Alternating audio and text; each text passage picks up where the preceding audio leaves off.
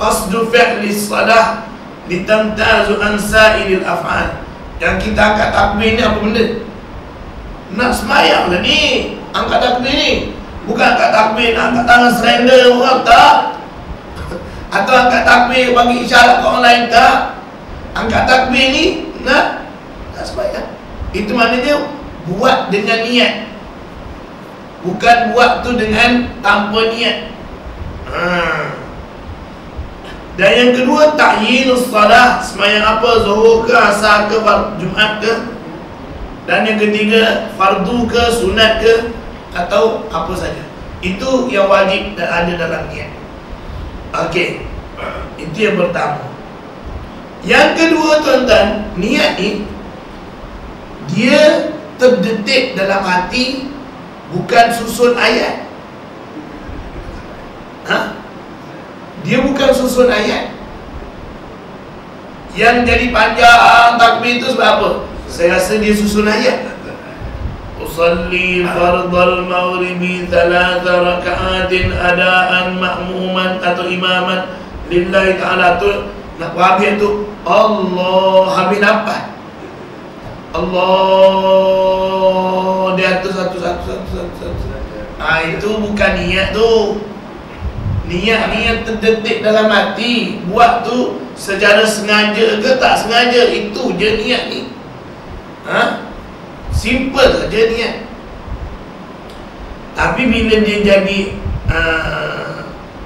berbentuk teori dalam kitab ni, nak cakap tu jadi panjang. Sebenarnya niat tu terlalu simple, dia tak akan berlaku tanpa niat. Kalau ikutkan dalam kitab, dia kata yang kita susun ayat tu, itu percakapan dalam diri sendiri. Itu bukan niat. Kalau ada percakapan dalam diri sendiri, sebenarnya niat tu mula-mula dia nak bercakap tu tak ada dah niat. Macam tu je. Dia tidak berbahasa niat ni. Okey. Dalam satu buku ditulis oleh Ustaz Halim Saad. Dulu dia imam Masjid Negara, ustaz pada saya jugalah. Saya ni anak murid dia. Dia tulis satu buku niat, tajuknya niat. Tebal. Tajuk dia niat je. Satu buku, saya ingat setebal buku kita ni juga, nipis sikit pun tak tahu. Niat je.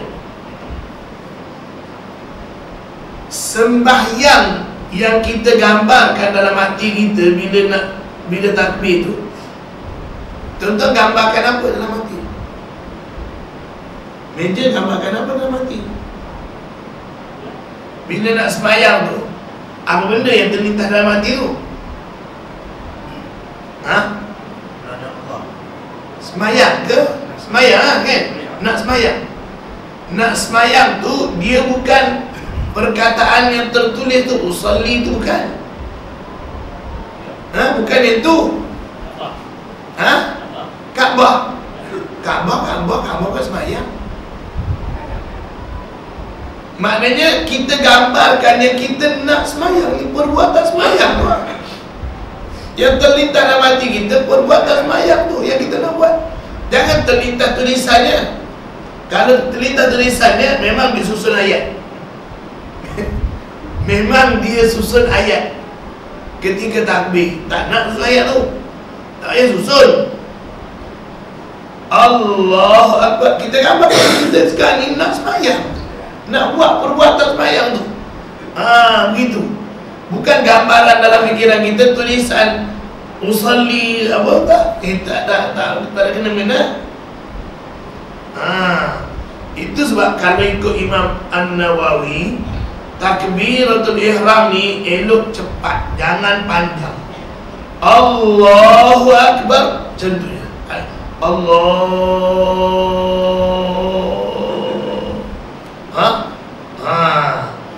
Itu tak masuk tu dia. Dia duk gambar apa dalam fikiran dia tu, tergambar apa. Kita tak nak gambaran tulisan usalli fardhu, tak nak. Kita nak gambarannya sembahyang yang kita nak buat. Di situ. Sebab kalau kita tengok kepada dalil hadis ni, hadis yang kita baca innamal a'malu binniyat ni, kalau tuan-tuan baca hadis ni, kalau dalam mana-mana buku Imam An-Nawawi dia cerita tentang hadis, dia akan sebut hadis ni dulu, innamal a'malu binniyat. Saya cerita lebih kurang pada tuan-tuan. Masa Nabi berhijrah ke Madinah, ada seorang sahabat, orang panggil dia Muhajir Ibnu Qais, Muhajir Ummu Qais, Muhajir Ummu Qais. Orang yang berhijrah kerana Ummu Qais, orang panggil dia. Sebab apa? Sebab dia ni cinta dengan Ummu Qais, berhasrat nak kahwin dengan Ummu Qais. Masa tu Ummu Qais duk siap-siap nak hijrah ke Madinah. Jadi Ummu Qais bagi syarat kat dia, kalau kamu nak kahwin dengan aku, kenalah hijrah ke Madinah. Jadi bila sampai ke Madinah, kecohlah cerita ni. Ada orang berhijrah ke Madinah kerana nak kahwin dengan Ummu Qais. Jadi sebabnya, jadi Rasulullah sallallahu alaihi wasallam pun sebutlah hadis ni, innamal a'malu binniyat wa innama likulli imri'in ma nawa faman kanat hijratuhu lidunya yusibuha aw imra'atin yankihuha faman kana hijratuhu ila Allah wa rasulih fa hijratuhu ila Allah wa rasulih faman kanat lidunya yusibuha aw imra'atin yankihuha atau kama qala Rasul. Sesungguhnya setiap amalan itu dengan niat. Seseorang itu dia akan dapat hasil daripada amalan dia bergantung pada apa yang dia niat. Dia niat macam mana, itulah yang dia dapat. Siapa yang berhijrah niat kerana Allah dan Rasul, maka dia dapatlah ganjaran di sisi Allah dan Rasul. Sesiapa yang niat hijrah kerana dunia, kerana habuan dunia, maka dia akan dapatlah habuan dunia. Siapa yang berhijrah kerana nak kahwin dengan wanita dan kerana wanita, maka dia akan dapat berkahwin dengan wanita tersebut. Jadi itu komen Rasulullah. Apa maksud daripada hadis itu? Jadi para ulama yang sepakat dengan para ulama, hadis ni cerita tentang seseorang hijrah atau membuat sesuatu ikhlas kerana Allah ke bukan kerana Allah. Itu niat asalnya. Ikhlas kerana Allah ke kerana benda lain. Itu asal makna hadis ni. Tapi oleh kerana lafaznya umum, setiap amalan itu dengan niat, maka ulama ada yang bincang lebih panjang lebar, lebih detail. Niat yang dikehendaki itu macam mana? Dia mulalah niat yang dikehendaki, yang dikatakan niat tu macam mana niat-niat tu? Kan? Jadi kalau bagi mazhab Syafi'i, macam kita duduk baring kat rumah, contohlah baring kat rumah, duk fikir seorang-seorang, hari ni teringin nak makan siakap 3 rasa lah. Tapi ikan siakap ni tak ada kat rumah. Contohlah kan, dia pun terdetik dalam hati dia, aku nak pergi pasar ni cari ikan siakap. Nak pergi pasar ni cari ikan siakap. Tapi terbaring lagi kat rumah tu. Terbaring lagi kat rumah. Jadi adakah itu dikira niat? Yang terdetik dalam hati dia tu dah kira niat ke? Ke masih baru berangan ke apa ke? Kalau mengikut mazhab Syafi'i, itu belum niat.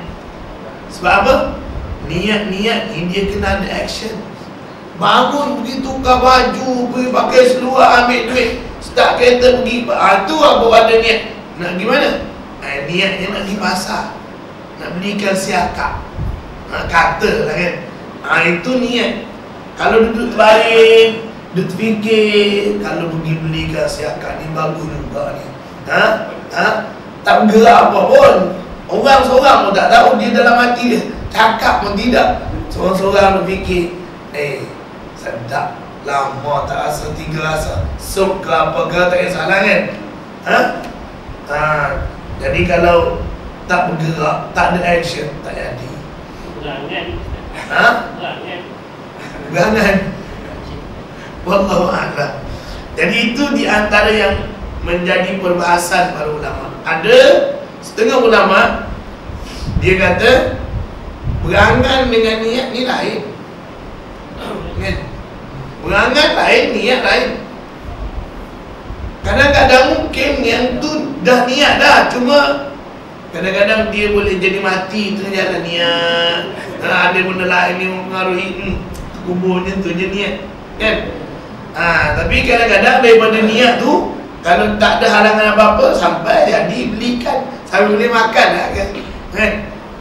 Jadi nak ceritanya, sembahyang ni niat tu bila? Sebab dalam hadis dia tak sebut bila niat.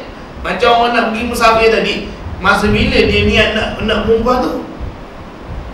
Masa mula sebelum dia bergerak ke masa bila? Perlu ada niat tu masa bila? Tak cerita. Jadi Imam Asy-Syafi'i dia faham daripada hadis ni, innamal a'malu bi. Perkataan bi tu makna dia dengan. Imam Syafi'i terjemah dengan tu makna dia serta. Mesti muqtarinan. Mesti masa mula ibadat di situ niat. Kalau niat awal itu tak jadi niat tu. Itu bukan niat, itu dipanggil azam. Dalam mazhab Syafi'i, azam bukan niat. Berazam itu belum niat. Niat ni bila dah ada action, baru dikatakan niat. Wallahu a'lam. Tapi ada setengah pendapat ulama dia kata azam tu niat tu. Bila kita dah putuskan, dah buat keputusan dalam diri kita nak buat benda tu, cuma belum gerak, dah buat keputusan dah. Tu niat tu. Ustaz, kalau kita dah gerak macam kita duduk tengok TV, tiba-tiba azan asar, kita pun niat sekali hati nak sembahyang asar, kita bangun dengan action, bangun pergi ke bilik air ambil wudu. Tujuan nak sembahyang Jumaat, nak ambil sembahyang asar tu. Maknanya kita dah pergi berlaku action. Ambil wudu, masa kita datang balik, kita jatuh, kita meninggal Ustaz. Apa hukum dia dah dapat sembahyang atau tak dapat Ustaz?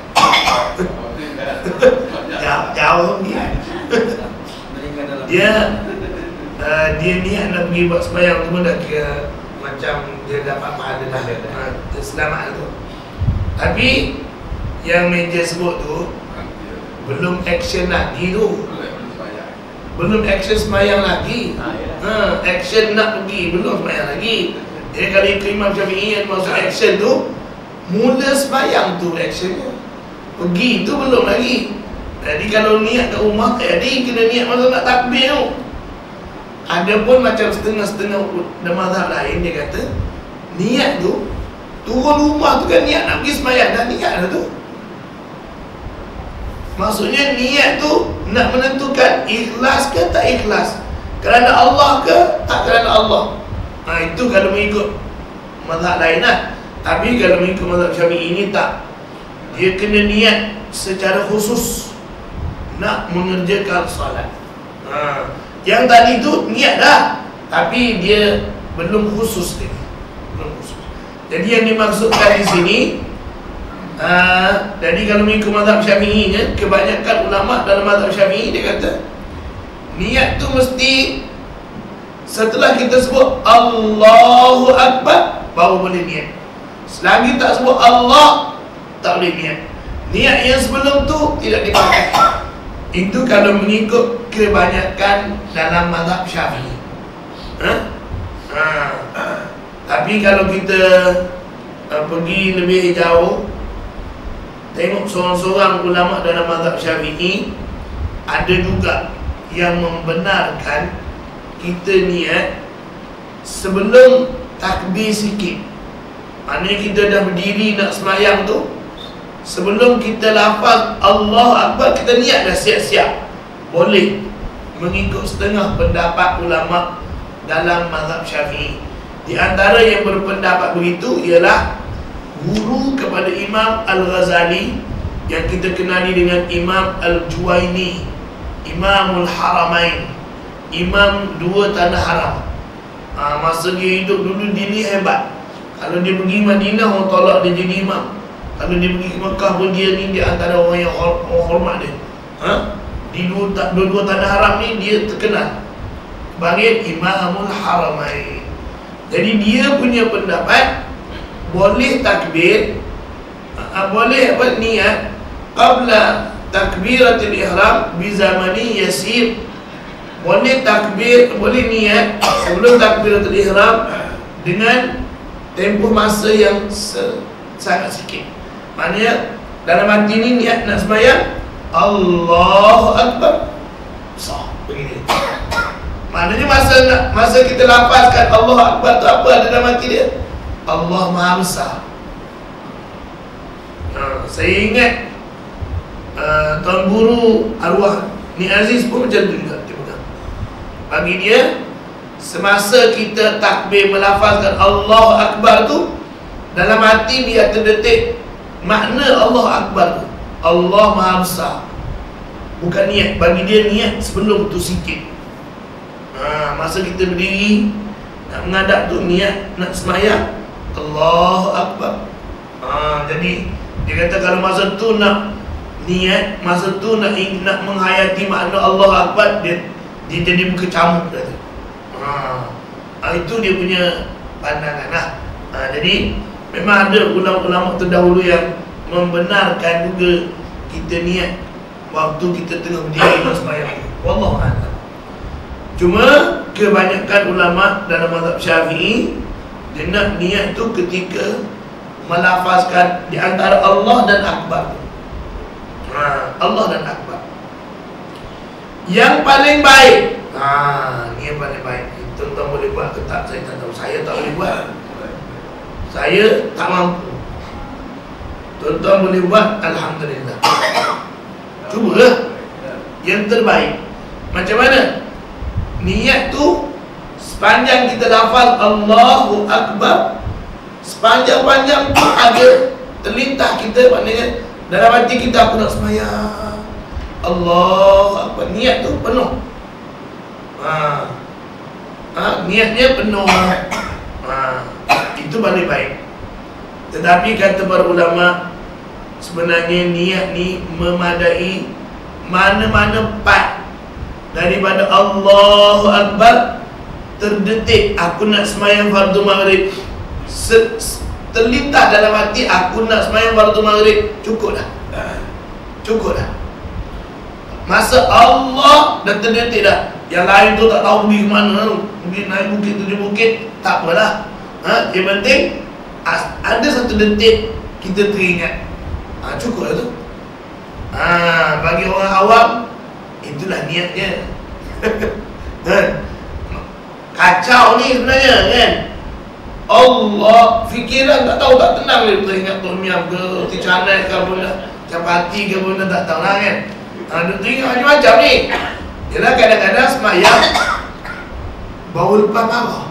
Semayang kan? Semayang perut tengah lapar. Semayang dan macam-macam keadaan semayang. Jadi dia mesti mempengaruhi kita orang biasa ni. Tak tahulah tuan-tuan hatinya bersih suci. Allah, saya memang angkat tangan awal-awal, minta maaf lah. Yang tu ada amal-amal selama ni pun, asalkan ada sedetik teringat nak semayang, cukup lah tu. Itu satu. Yang kedua, ada cara yang ketiga. Ni, ini pun lagi kacau. Saya tak mampu juga nak buat ni. Meja buat, mampu buat tak tahu. Saya tak mampu. Dia bagi siap-siap. Masa Allah usalli, teringat mana nak semayang Akbar fardhan maghrib, dia bagi siap-siap. Lagi kacau. Saya lagi kacau. Usalli fardhu masa Allah katakan. Akbar maghrib. Bagi tak kira lah. Dia bagi siap-siap. Tak boleh. Tak jadi. Wallah. Jadi ambil yang awak lah. Asalkan ada sedetik terlintas nak sembahyang maghrib ni, sembahyang isyak ni, cukup lah tu. Cukup lah tu. Maksudnya itu sebab tuan-tuan, dalam bahasa Melayu dia terjemah usalli. Usalli tu saya nak sembahyang. Tapi dalam bahasa Melayu dia terjemah sahaja aku nak sembahyang. Sebenarnya tuan-tuan, dalam kitab Jawi lama-lama dia tak sebut sahaja. Sahaja ni tak ada makna sahaja ni. Saja je. Sahaja ni macam sahaja-sahaja ke macam mana? Apa makna sahaja? Media faham macam mana sahaja? Sahaja aku sembahyang fardhu maghrib. Apa benda sahaja? Suka-suka. Sebenarnya kalau kita tengok dalam kitab-kitab Jawi lama, dia bukan tulis sahaja, dia tulis sengaja. Sengaja tu bagi saya makna dia sengaja. Maksudnya kita buat tu dengan sengaja, bukan dengan tak sengaja. Buat tu dengan niat. Sebab dia terjemah daripada perkataan usalli, saya nak sembahyang ni. Orang tanya, buat apa? Usalli, nak sembahyang. Usalli maksudnya saya nak sembahyang.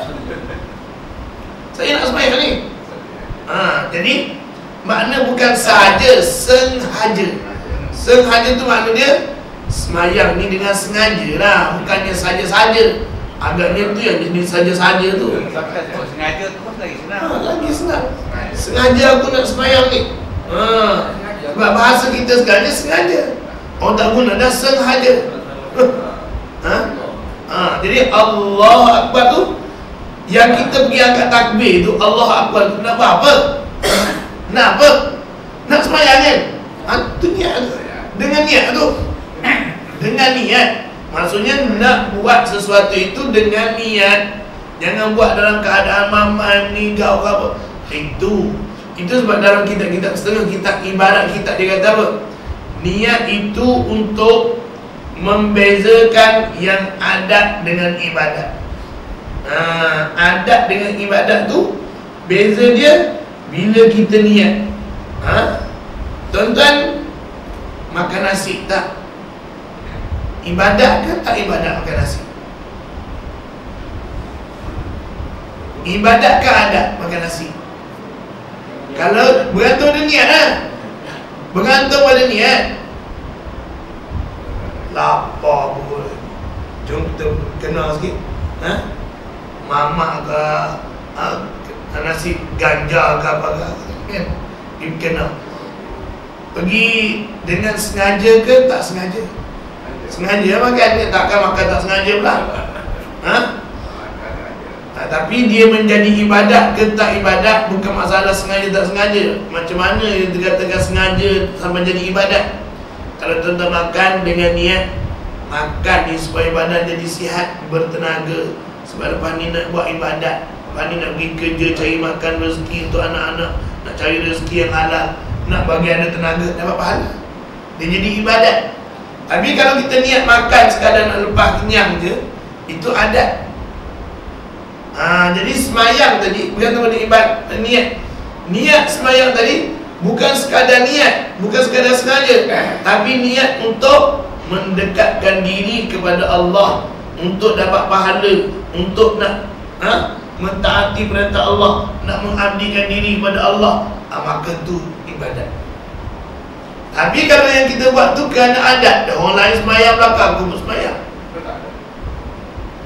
Semayang kerana Allah, bukan semayang ikut orang. Itu adat. Dia jadi budaya. Hari-hari bila kecil mak ayah duduk latih dia pergi semayang. Jadi dia muka dia ada hari-hari tak ada satu waktu orang pakai duduk tanya belakang. Dia pun segan lah.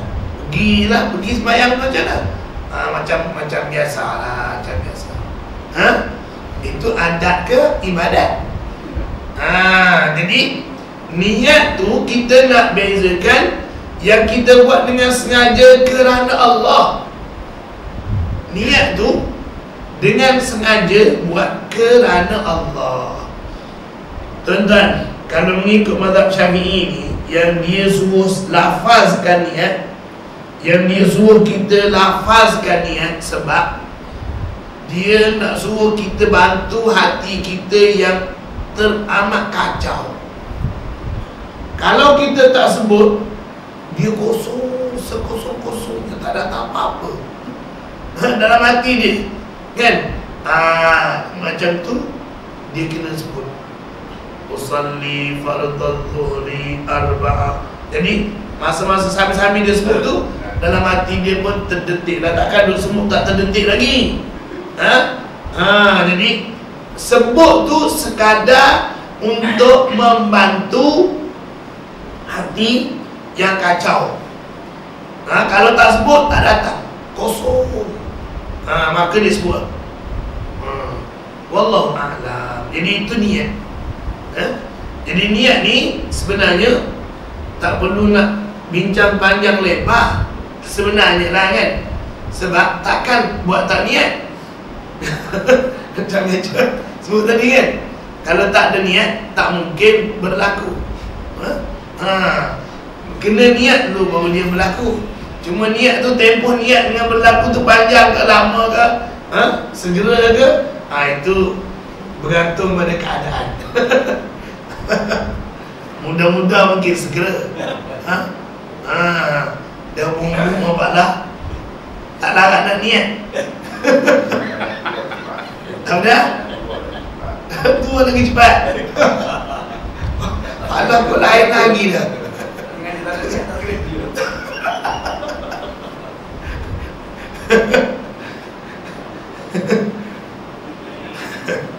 Jangan kata banyak niat. Alhamdulillah. Yang muda baru nak gerak, yang besar lah.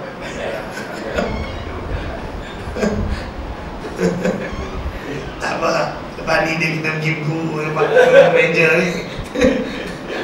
Meja kena ada dia memang roti canai ke mana-mana.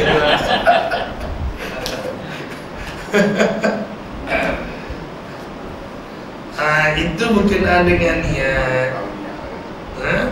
Sebab niat ni dia complicated. Orang kita ni macam-macam bab niat. Saya pun jadi serba salah. Sebenarnya macam susah sangat.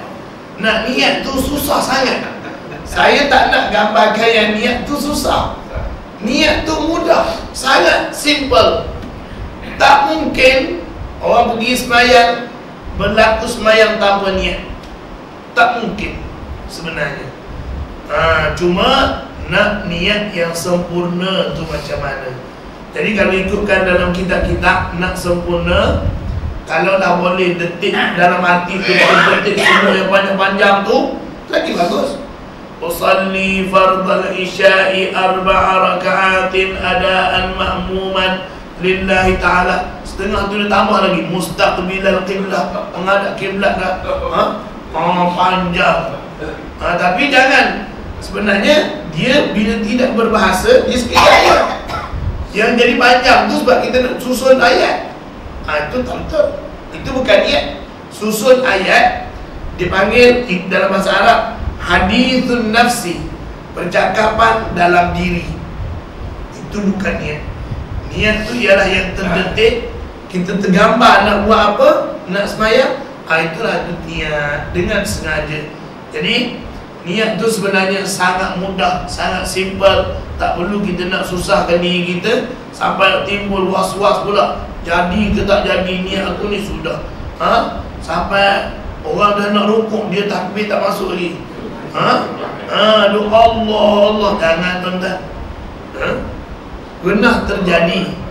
Kalau saya sebut nama Pak Allah, kenal orang kat kampung saya. Pernah terjadi. Takbir sembahyang maghrib sampai habis waktu. Satu jemaah surau tak sembahyang, tu imam. Tu imam. Bukan tu imam, tu guru. Saya pun time managing dia. Anas bin